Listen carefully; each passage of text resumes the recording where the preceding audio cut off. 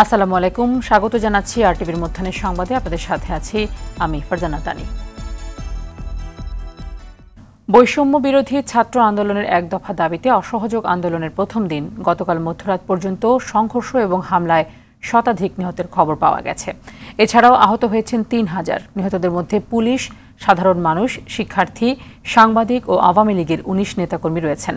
সবচেয়ে বেশি হতাহতের ঘটনা ঘটেছে সিরাজগঞ্জে। সেখানকার এনায়েতপুর থানায় হামলা চালিয়ে ১৩ পুলিশ সদস্যকে পিটিয়ে হত্যা করা হয়েছে।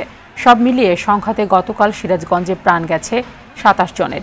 এছাড়াও জেলাটির আদালত সহ বিভিন্ন থানা এবং সরকারি বেসরকারি অফিসে ভাঙচুর ও অগ্নিসংযোগ করা হয়।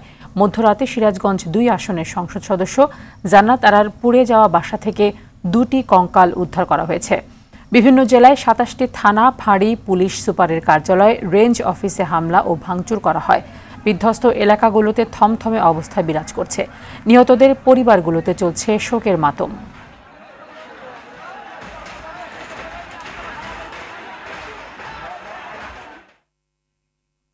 এ বিষয়ে সিরাজগঞ্জ থেকে কিছুক্ষণ আগের পরিস্থিতি জানিয়েছেন সহকর্মী সাজিরুল ইসলাম সঞ্জয়।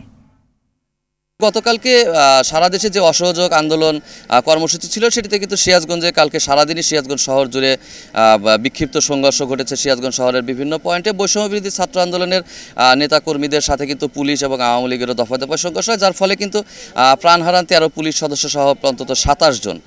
তো যার ফলে কিন্তু আজকে সিরাজগঞ্জের বিভিন্ন পয়েন্টে অবস্থান নিয়ে রয়েছেন বৈষম্যবিরোধী ছাত্র আন্দোলনের নেতাকর্মীরা। পুলিশ কিন্তু সিরাজগঞ্জের যে সরকারি স্থাপনাগুলো রয়েছে সেগুলোর সুরক্ষা নিশ্চিতে কাজ করছেন। তো আসলে বলা চলে যে সারা সিরাজগঞ্জ জুড়েই একটি থমথমে পরিবেশ বিরাজ করছে। ইতিমধ্যেই কিন্তু সিরাজগঞ্জের যে ১৩ পুলিশ সদস্য নিহত হয়েছে তাদের মরদেহ কিন্তু সিরাজগঞ্জ শহীদ মনসুর আলী মেডিকেলে নিয়ে আসা হয়েছে। সেগুলো ময়নাতদন্ত শেষে আজকেই হয়তো তাদের যে স্বজনরা রয়েছে তাদের হাতে হস্তান্তর করা হবে বলে আমরা জানতে পেরেছি। আর একটি বিষয় যে গতকালকে আন্দোলনে সংঘর্ষ চলাকালে আন্দোলনকারীরা যে সমস্ত আন্দোলনকারীরা প্রাণ হারিয়েছেন তাদের মৃতদেহ নিয়ে কিন্তু আজকে সিরাজগঞ্জে একটি শোক মিছিলের কর্মসূচি রয়েছে বৈষম্য বিরোধী ছাত্র আন্দোলনের। তো এই ছিল আমার কাছে সিরাজগঞ্জের সবশেষ খবর। সিরাজগঞ্জ থেকে জানাচ্ছিলেন সাজিরুল ইসলাম সঞ্জয়। গতকালের সহিংসতায় বগুড়ায় ৬ জনের মৃত্যু হয়েছে। এখন সেখানকার পরিস্থিতি এবং নিহতদের পরিবারের বিষয় জানাতে বগুড়া থেকে ফোনে যুক্ত হচ্ছেন আরেক সহকর্মী জিএম সজল। সজল, গতকালকে সংঘর্ষের পর বগুড়ায় আইন শৃঙ্খলা পরিস্থিতি এখন কেমন দেখছেন এবং নিহতদের পরিবারের কি কি তথ্য রয়েছে আপনার কাছে? তা নিয়ে আপনি যেমন বলছিলেন, গতকাল আসলে পুরো বগুড়া রণক্ষেত্রে পরিণত হয়েছিল। হঠাৎ বগুড়ায় যে অসহযোগ আন্দোলনকারীদের সাথে গতকাল দিনভর পুলিশের সংঘর্ষ হয়েছে। এ সময় শিক্ষার্থী সহ ৫ জন নিহত এবং কমপক্ষে ২০০ জন আহত হওয়ার ঘটনা ঘটেছে। আহতদের অধিকাংশই আমরা দেখেছি যে গুলিবিদ্ধ হয়েছেন। নিহতদের মধ্যে ৪ জন বগুড়া শহরে এবং ১ জন দুপচাচিয়ায় প্রাণ হারিয়েছেন। আন্দোলনকারীদের সাথে পুলিশের সংঘর্ষ চলাকালে সাতমাথা স্টেশন রোড, কবি নজরুল ইসলাম সড়ক, দত্তবাণী, বড়গোলা, শহরের চকজাদু রোড, বাদুরতলা, ওয়াহিদ রোড, শেরপুর সড়ক সহ বিভিন্ন অলিগলিতে পুলিশের সাথে আন্দোলনকারীদের সংঘর্ষ হয়েছে দফায় দফায় এবং সন্ধ্যা পর্যন্ত কিন্তু এই সংঘর্ষ চলেছে। সন্ধ্যার পর থেকে সংঘর্ষ শিথিল হয়, কিন্তু এখনো কিন্তু শহরের বিভিন্ন স্থানে যে ধ্বংসযজ্ঞ, বিশেষ করে বগুড়ার যে ভূমি অফিস, শেরপুর পুলিশ বক্স, সদরের ট্রাফিক পুলিশ বক্স, ডাকঘর, দুপচাচিয়া থানা এসব থেকে হামলা হয়েছে। সেখানে হামলার চিহ্ন বিদ্যমান এবং ধ্বংসস্তূপে পরিণত হয়েছে কিছু কিছু এলাকা। এবং যারা নিহত হয়েছেন তাদের লাশগুলো এখনো আমরা যেটা জানতে পেরেছি যে আজকে বগুড়া শহীদ জিয়াউর রহমান মেডিকেল কলেজ হাসপাতাল মর্গে ৪ জনের লাশ রয়েছে। দুপুরের পরপর ময়নাতদন্ত শেষে তাদের পরিবারের কাছে লাশগুলো হস্তান্তর করা হবে বলে আমরা পুলিশের পক্ষ থেকে জানতে পেরেছি। এছাড়াও আজকে সকাল থেকেই বৃষ্টি হয়, সকাল থেকে কিন্তু তেমন কোনো আন্দোলনকারীদের দেখা যায়নি এবং তেমন কোনো ঘটনা ঘটেনি। এবং সন্ধ্যার পর থেকেই পুলিশ এবং সেনাবাহিনী সদস্যদেরকে আমরা টহল দিতে দেখেছি বিভিন্ন এলাকায় এবং আইন শৃঙ্খলা বাহিনী বলছে তাদের নিয়ন্ত্রণে রয়েছে এখন পর্যন্ত পরিস্থিতি। এবং সকাল থেকেই মুষলধারে বৃষ্টি হচ্ছে বগুড়ায় এবং এই কারণে এখন বৃষ্টি থেমে গেলে আবার আন্দোলনকারীরা বের হবে কিনা এটি এখনো বলা যাচ্ছে না। তবে তারা এখন পর্যন্ত বগুড়ায় কোনো কর্মসূচি কিন্তু ঘোষণা করেনি। আর এই ছিল আমার কাছে সর্বশেষ। সজল সংযুক্ত থাকুন আমাদের সাথে। পরবর্তী সংবাদে আবার আপনার কাছ থেকে তথ্য আমরা জানাবো দর্শকদেরকে। ধন্যবাদ আপনাকে। কোটা সংস্কার আন্দোলন ঘিরে সহিংসতার মধ্যে রোববার সন্ধ্যা ৬টা থেকে সারা দেশে অনির্দিষ্টকালের জন্য কারফিউ জারি করে সরকার। আর সরকারের জারি করা কারফিউতে সংবিধান ও আইনের আলোকে দায়িত্ব পালন করছে বাংলাদেশ সেনাবাহিনী। আইএসপিআর জানিয়েছে, জনগণের জানমাল ও রাষ্ট্রের গুরুত্বপূর্ণ স্থাপনার নিরাপত্তা নিশ্চিতে সেনাবাহিনী বাংলাদেশের সংবিধান ও দেশের প্রচলিত আইনের আলোকে তার প্রতিশ্রুত দায়িত্ব পালন করবে। এ ব্যাপারে জনসাধারণকে কারফিউ মেনে চলার পাশাপাশি সার্বিক সহযোগিতা করার জন্য বিশেষভাবে অনুরোধ জানানো হয়। কারফিউ জারির পর থেকেই যান চলাচল সীমিত হয়ে যায়, বন্ধ রয়েছে জরুরি সেবা ছাড়া সবকিছুই। থমথমে পরিবেশ পুরো রাজধানী জুড়ে।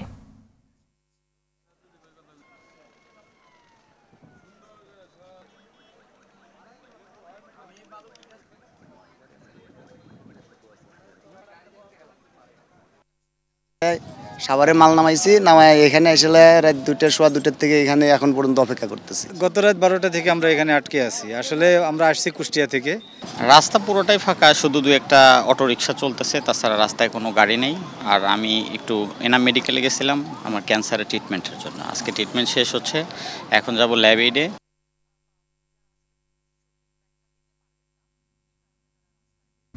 সারা দেশে অনির্দিষ্টকালের জন্য কারফিউ চলছে। রাজধানীর গাবতলী থেকে কিছুক্ষণ আগের চিত্র জানাচ্ছেন সহকর্মী শরীয়ত খান। আপনি জানেন যে গতকাল সন্ধ্যা থেকে এই পুরো সারা দেশে কারফিউ জারি করা হয়েছে। তো এই মুহূর্তে আজকে সকাল থেকে আমরা দেখতে পেরেছি যে ব্যাপক জোরদার করা হয়েছে। সারা ঢাকা শহরের বিভিন্ন এলাকায় ঘুরেছি, সব জায়গায় কিন্তু নিরাপত্তা জোরদার করা হয়েছে এবং প্রায় বেশিরভাগ গুরুত্বপূর্ণ মোড়গুলোতে সেনাবাহিনী মোতায়েন করা হয়েছে এবং সেনাবাহিনী তল্লাশি রয়েছে। আর এছাড়াও যে ঢাকার যে ঢোকার যে রাস্তাগুলো, প্রত্যেকটা রাস্তায় কিন্তু এখন আটকে রাখা হয়েছে এবং কোনো গাড়ি বা কাউকে ঢুকতে দেওয়া হচ্ছে না। খুব জরুরি প্রয়োজন ছাড়া কেউ যেতেও পারছেন না, আসতেও পারছেন না এবং সবাইকে কিন্তু তল্লাশি করেই ঢাকায় ঢুকতে হচ্ছে। আপনি জানেন যে আজকে নানা কর্মসূচি রয়েছে, সেই কর্মসূচি ঘিরে আসলে যেন সহিংসতা না হয় সেই উপলক্ষে কিন্তু এখানে ব্যাপক নিরাপত্তা নেওয়া হয়েছে। আপনি দেখতে পাচ্ছেন। তো আমরা এখানে দেখতে পেয়েছি যে যারা যাচ্ছেন তারা কিন্তু এখন হেঁটে যাচ্ছেন, অনেকে আবার বিভিন্নভাবে ছোট ছোট আর কি ভেঙে ভেঙে ছোট ছোট গাড়িতে। এবং এই গাবতলী, আমরা এখন গাবতলীতে রয়েছি, সেই গাবতলীতে পার হয়ে আবার ভেঙে ভেঙে তাদের যেতে হচ্ছে।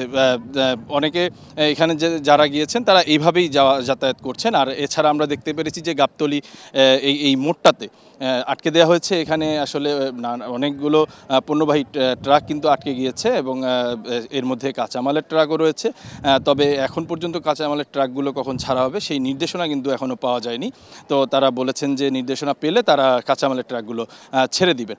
তো আমরা সব মোড়েই কিন্তু দেখেছি, বিভিন্ন গুরুত্বপূর্ণ মোড়ে যে সেনাবাহিনীর তল্লাশি রয়েছে, পাশাপাশি পুলিশ রয়েছে, র্যাব রয়েছে। তো এখন আর কি ব্যাপক জোরদার করা হয়েছে নিরাপত্তা ব্যবস্থা, যেন কোনো ধরনের সহিংসতা কোনো জায়গায় দেখা না যায়। আর এখানে যারা আসবে যাবে, এবং সেনাবাহিনীর পক্ষ থেকেও কিন্তু বলা হয়েছে যে বারবার আহ্বান জানানো হয়েছে যেন কোনো জরুরি প্রয়োজন ছাড়া যেন কেউ বের না হয়। তাই সবাই কিন্তু যারাই বের হচ্ছেন তারা কিন্তু বিভিন্ন তল্লাশি, যেখানে তল্লাশি করছে সেখানে কিন্তু সবাই তাদেরকে জিজ্ঞেস করেই ছাড়ছেন। তো এই হলো। এছাড়া আমার পুরো ঢাকা শহরে দেখেছি সব কিছু বন্ধ রয়েছে, দোকানপাট সেগুলো বন্ধ রয়েছে, গাড়ি ঘোড়াও চলছে না। খুব কম যেগুলি জরুরি প্রয়োজনে সেই গাড়িগুলোই শুধুমাত্র এখন চলছে। তো এই ছিল সকাল থেকে এই সার্বিক পরিস্থিতি পুরো রাজধানীর। গাবতলী থেকে জানাচ্ছিলেন সহকর্মী শরীয়ত খান। এদিকে কারফিউ ও গতকালের সহিংসতাকে ঘিরে দেশের বিভিন্ন জায়গায় থমথমে পরিস্থিতি বিরাজ করছে। চট্টগ্রাম নগরীকে পুরো নিরাপত্তা চাদরে ঢেকে রাখা হয়েছে।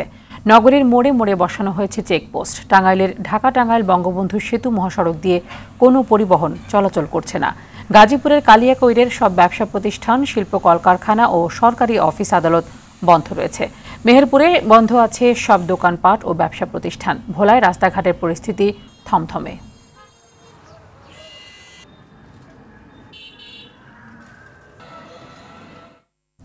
চলমান আন্দোলনে রাজশাহীর কারফিউ পরিস্থিতির বিষয়ে জানাতে আমাদের সাথে ফোনে যুক্ত হচ্ছেন সহকর্মী মুস্তাফিজ রকি। কারফিউতে রাজশাহীর জনজীবনে কি ধরনের প্রভাব পড়ছে সবকিছু মিলিয়ে জানাবেন।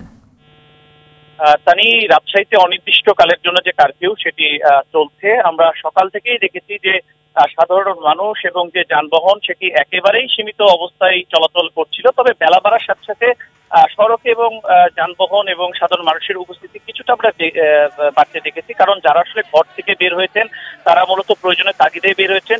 আমরা তাদের সাথে কথা বলার চেষ্টা করেছিলাম। তারা বলছেন দৈনন্দিন জীবনে যেমন হচ্ছে বাজার তারা আসলে করতে অনেকে বের হয়েছেন, পাশাপাশি চিকিৎসার জন্য অনেকে মেডিকেলে গিয়েছেন। যারা আসলে ঘর থেকে বেরোচ্ছেন তারা এই দুই শ্রেণীর লোকই বলা যায়।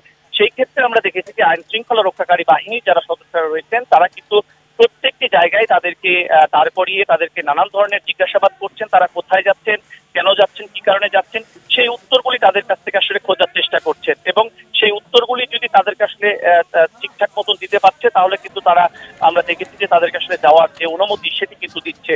আর এছাড়াও কিন্তু আমরা দেখেছি যে আজকে কিন্তু, যেহেতু আপনি জানেন যে বৈষম্য বিরোধী ছাত্র আন্দোলনের আজকে ঢাকা যে কর্মসূচি, ঢাকা লং মার্চের, তারা কিন্তু আজকে রাজশাহী বিশেষ করে যে তালাইমারি এলাকা রয়েছে সেখানে অবস্থান করছেন। এবং সেখান থেকে আমি মাত্র 50 গজ দূর থেকেই আসলে আপনাদের সাথে যুক্ত হয়েছি। এবং ঠিক আমরা জানি যতটুকু যে রাজশাহী মহানগর আওয়ামী লীগের যারা নেতা কর্মী, ছাত্রলীগ, যুবলীগ রয়েছেন তারা কিন্তু রাজশাহী 0 পয়েন্ট ছাড়াও অন্যান্য জায়গায় অবস্থান করছে।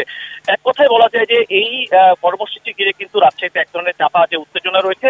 সেই ক্ষেত্রে আমরা আইন শৃঙ্খলা রক্ষাকারী বাহিনী যারা সদস্যরা রয়েছে তাদেরকে আমরা দেখেছি যে শক্ত অবস্থানে রয়েছেন এবং তারা সতর্ক অবস্থানে রয়েছেন, যেন কোনো ধরনের মুখোমুখি পরিস্থিতি সৃষ্টি না হয়, যেন কোনো ধরনের সহিংসতা না হয়। সেই কারণে কিন্তু সকলকে আসলে ঘরে ফিরে যাওয়ার জন্য বিভিন্নভাবে আসলে মাইকিং করতে দেখা যাচ্ছে আইন শৃঙ্খলা রক্ষাকারী বাহিনীর সদস্যদেরকে। এবং সকালে আমরা দেখেছি সেনাবাহিনী, বিজিবি, র্যাব সহ অন্যান্য বাহিনী যারা সংস্থারা রয়েছেন তারা কিন্তু টহল জোরদার করেছে।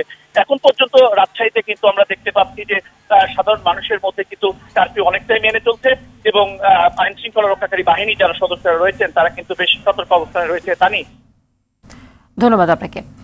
যারা নাশকতা চালাচ্ছে তারা ছাত্র নয়, বিএনপি জামাত শিবির, তাদের কোনোভাবেই ছাড় দেওয়া হবে না বলে হুঁশিয়ারি দিয়েছেন DMP commissioner Habibur Rahman.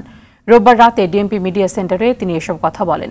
Curfew মেনে চলার আহ্বান জানিয়ে তিনি বলেন, গণমাধ্যম সহ জরুরি সেবা কারফিউর আওতার বাইরে থাকবে।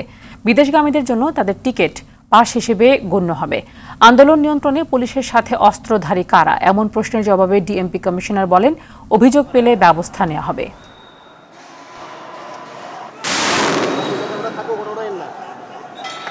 এই ধরনের কোনো কিছু আমাদের নজরে আসেনি। যদি এসে থাকে, যদি কমপ্লেন হয়, অবশ্যই আমরা তাদের বিরুদ্ধে আইনানুগ ব্যবস্থা গ্রহণ করব। আমাদের ব্যবস্থা গ্রহণ কোনো ছাত্রীর বিরুদ্ধে নয়, আমাদের ব্যবস্থা গ্রহণ সন্ত্রাসীদের বিরুদ্ধে, নাশকতাকারীদের বিরুদ্ধে, অগ্নিসংযোগকারীর বিরুদ্ধে, পুলিশ হত্যাকারীর বিরুদ্ধে।